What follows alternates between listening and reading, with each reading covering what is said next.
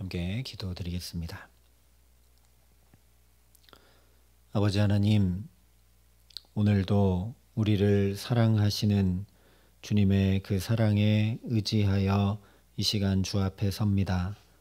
우리 모든 허물을 덮으시고 우리 모든 연약함과 질고를 대신 지시는 주님의 그 사랑에 힘입어 오늘을 담대히 살아감에 부족함이 없도록 이 시간 우리에게 그 사랑의 음성을 밝히 들려주시고 성령으로 친히 역사하여 주시옵소서. 예수님 이름으로 기도합니다. 아멘. 오늘 우리에게 주시는 하나님 말씀은 신명기 15장 19절부터 23절까지 말씀입니다.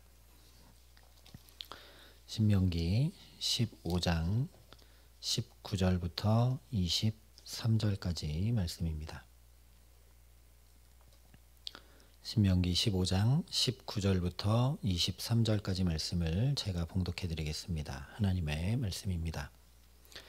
내 소와 양의 처음 난 수컷은 구별하여 내 하나님 여호와께 드릴 것이니 내 소의 첫 새끼는 부리지 말고 내 양의 첫 새끼의 털은 깎지 말고 너와 내 가족은 매년 여호와께서 택하신 곳 내 하나님 여호와 앞에서 먹을지니라. 그러나 그 짐승이 흠이 있어서 절거나 눈이 멀었거나 무슨 흠이 있으면 내 하나님 여호와께 잡아 드리지 못할지니 내 성중에서 먹되 부정한 자나 정한 자가 다 같이 먹기를 노루와 사슴을 먹음같이 할 것이요 오직 피는 먹지 말고 물같이 땅에 쏟을지니라. 아멘. 오늘 말씀도 십계명 제4계명 안식일을 기억하여 거룩하게 지키라 하신 말씀을 구체적 삶에서 어떻게 지켜 행할 것인지를 말씀에 준 말씀들에 포함되어 있는 것입니다. 그런데 19절과 20절에 이렇게 말씀을 합니다. 내 소와 양의 처음 난 수컷은 구별하여 내 하나님 여호와께 드릴 것이니 내 소의 첫 새끼는 부리지 말고 내 양의 첫 새끼의 털은 깎지 말고 너와 내 가족은 매년 여호와께서 택하신 곳 내 하나님 여호와 앞에서 먹을지니라. 앞서 살펴봤던 11조 규례나 안식년 규례, 종을 자유케 해주는 규례 등등은 안식을 살아내도록 하신 말씀인 것을 우리가 충분히 이해할 만한데 오늘 이 초태생 규례는 이것이 왜 안식과 관련이 있는가 잘 이해하기 어렵습니다. 그러나 처음 하나님께서 창조를 마치시고 안식하셨던 창세기 말씀을 보면 왜 이 초태생 규례가 안식을 살아내도록 하신 규례인지 그 이유가 분명하게 드러납니다. 창세기 2장에 이렇게 말씀했습니다. 하나님이 그가 하시던 일을 일곱째 날에 마치시니 그가 하시던 모든 일을 일곱째 날에 안식하시니라. 하나님이 그 일곱째 날을 복되게 하사 거룩하게 하셨으니 이는 하나님이 그 창조하시며 만드시던 모든 일을 마치시고 그날에 안식하셨음이니라. 여기 분명히 말씀하고 있는 대로 하나님께서 일곱째 날에 안식하셨는데 그 일곱째 날을 복되게 하고 거룩하게 하심으로 안식하셨습니다. 그래서 달리 말하면 하나님께서 복되게 하심과 거룩해 하심을 우리에게 이루어 주지 않으시면 안식이 불가능하다라는 것이죠. 이 복 그리고 거룩 두 가지 중에서 앞서 살펴봤던 11조 규례, 안식년 규례, 종을 풀어 자유케 하는 규례는 지켜 행함으로 복되게 하시는 안식을 누리라는 말씀들이었습니다. 그래서 내 하나님 여호와께서 내 손으로 하는 범사에 내게 복을 주시리라. 내 하나님 여호와께서 내가 하는 모든 일과 내 손이 닿는 모든 일에 복을 주시리라. 내 하나님 여호와께서 내 범사에 내게 복을 주시리라 하신 말씀들이 계속해서 후렴구처럼 반복되었던 것입니다. 이어서 오늘 초태생 규례는 이를 준행함으로 구체적 삶에서 하나님의 거룩해 하시는 안식을 누리라는 말씀입니다. 우리가 잘 알고 있는 거룩의 개념은 구별함이죠. 그렇기 때문에 내 소와 양의 처음 난 수컷은 구별하여 내 하나님 여호와께 드리라 말씀하고 있는 것입니다. 물론 11조도 안식년도 모두 하나님 앞에서 구별하라는 규례이기도 합니다.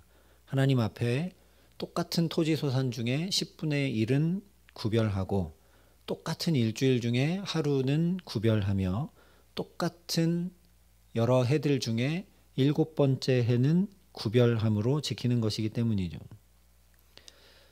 이처럼 거룩은 그 자체의 그 날이나 또는 어떤 물건이나 물질이나 이런 것 그 자체의 어떤 특별함이 있어서가 아니라 하나님의 말씀을 따라 구별하는 것에서 거룩이 시작됩니다.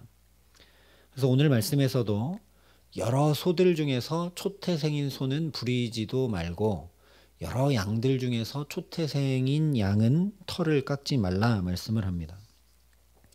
마찬가지 이유로 21절부터 23절에 이렇게 말씀을 합니다. 그러나 그 짐승이 흠이 있어서 절거나 눈이 멀었거나 무슨 흠이 있으면 내 하나님 여호와께 잡아 드리지 못할지니 내 성중에서 먹되 부정한 자나 정한 자가 다 같이 먹기를 노루와 사슴을 먹음같이 할 것이요 오직 피는 먹지 말고 물같이 땅에 쏟을지니라.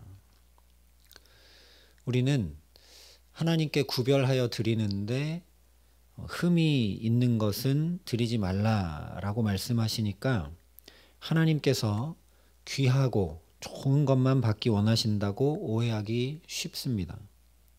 그러나 이 말씀은 무슨 흠이 있는 것, 절거나 눈이 멀었거나 하는 그런 것들은 하나님이 싫어하시는 것이니 드리지 말라 그런 말씀이 아닙니다. 다만 그렇게 흠 있는 짐승은 하나님께 잡아드리지 못한다라고 제한을 둔 것뿐입니다.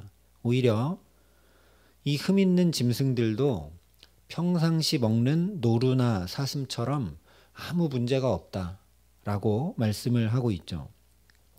그런 것이 아니라면 흠 있는 짐승을 노루와 사슴처럼 먹으라 말씀하시는 것이 아니라 그런 것들은 문제가 있고 부정하니 손도 대지 말고 먹지도 말고 제해버려라 이렇게 말씀하셨을 겁니다. 그래서 다시 잘 생각해 보면 사실 이것은 우리를 정말 배려하시고 살피시는 하나님의 사랑이 가득 담긴 규례임을 알게 됩니다. 왜냐? 흠 없을 확률이 흠 있을 확률보다 훨씬 높기 때문이죠. 여러 양들 중에 절거나 눈이 멀은 것은 몇 마리 안 되는 것이죠. 다 절거나 눈이 멀었으면 뭐 양을 키울 이유가 없어져 버리게 됩니다. 그리고 절거나 눈이 멀었거나 하는 것들은 그래서 숫자가 적기 때문에 눈에 금방 띄어서 쉽게 찾아낼 수가 있습니다. 그러니까 어떻습니까? 하나님께 드려야 하는 것과 드리지 말아야 할 것을 구별하는 것이 어렵지 않게 된다라는 것이죠.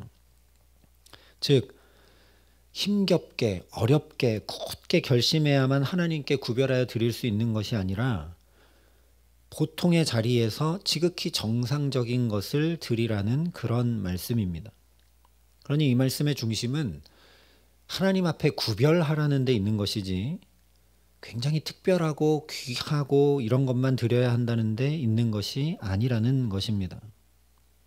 그래서 같은 말씀을 선포하는 출애굽기 13장 말씀을 보면 너는 태에서 처음 난 모든 것과 내게 있는 가축의 태에서 처음 난 것을 다 구별하여 여호와께 돌리라.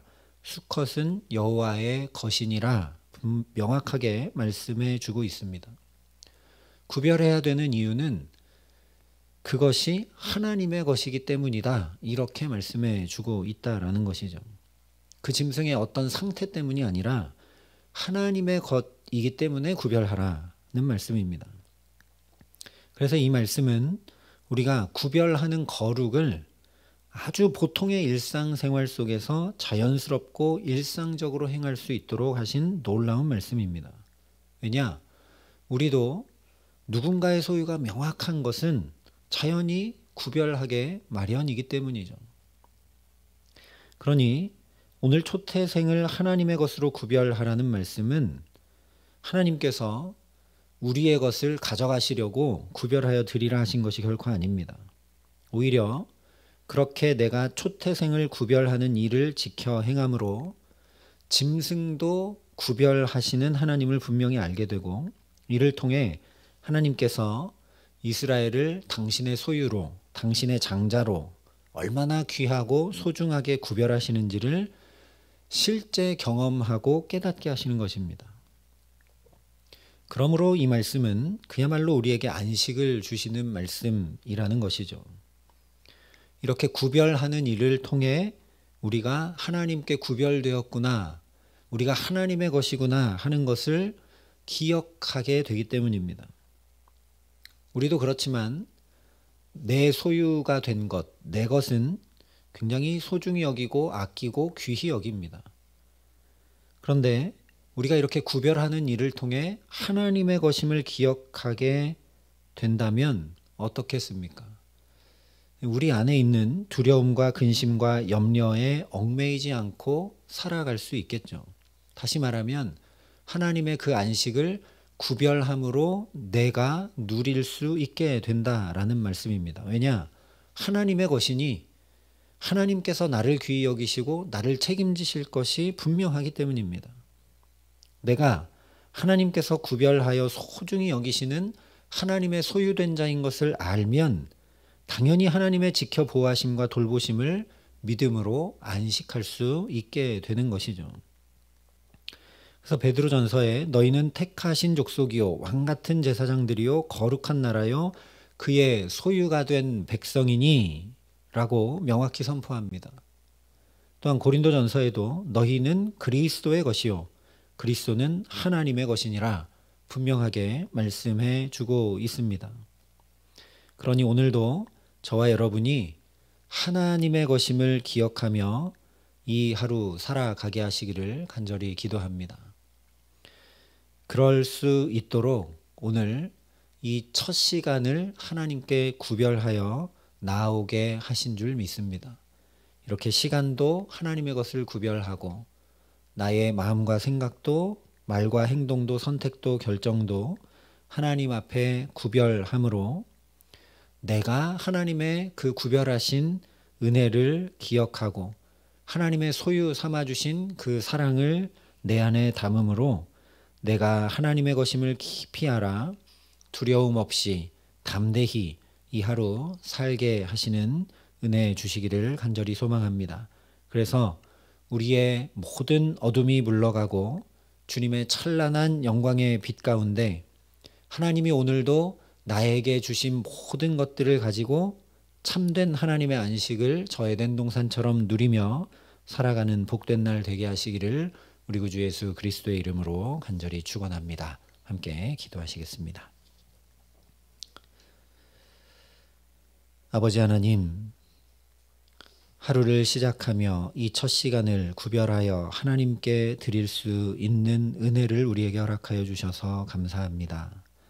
하나님, 첫 시간만 아니라 우리 마음과 생각도 말과 행동도 선택과 결정도 구별하여 주님께 드리는 이 복된 날을 살 수 있도록 우리에게 성령으로 역사하여 주시옵소서. 그래서 그 구별하는 모든 일들 가운데 하나님이 나를 구별하셨고 하나님이 나를 당신의 소유 삼으셨음을 깊이 깨달아 알고 경험하여 우리 안에 있는 두려움과 근심과 염려가 물러가게 하여 주시옵시고 하나님께서 주시는 참된 평강과 안식 가운데 살아감에 부족함 없게 하여 주시옵소서.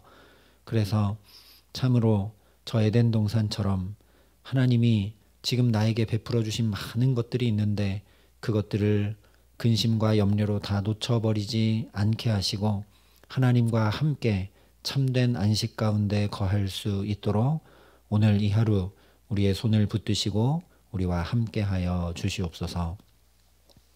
이제는 친히 우리의 구원이 되신 우리 구주 예수 그리스도의 은혜와 그 독생자 예수 그리스도를 아낌없이 내어주신 아버지 하나님의 놀라우신 사랑하심과 오늘도 참된 안식 가운데 살아갈 수 있도록 우리를 도우시고 붙드시는 성령 하나님의 교통하시고 역사하심이 여기 머리 숙여 세상과 다르게 구별하고 하나님 앞에 구별함으로 살아가기를 소원하고 결단하는 여기 모인 모든 주의 성도들과 사랑의 빛교회 모든 교우들과 이 나라 이 민족과 이 귀한 복음을 오늘도 세계 만방에 전하시는 선교사님들 가운데 이제로부터 영원토록 함께 하시기를 간절히 축원하옵나이다. 아멘.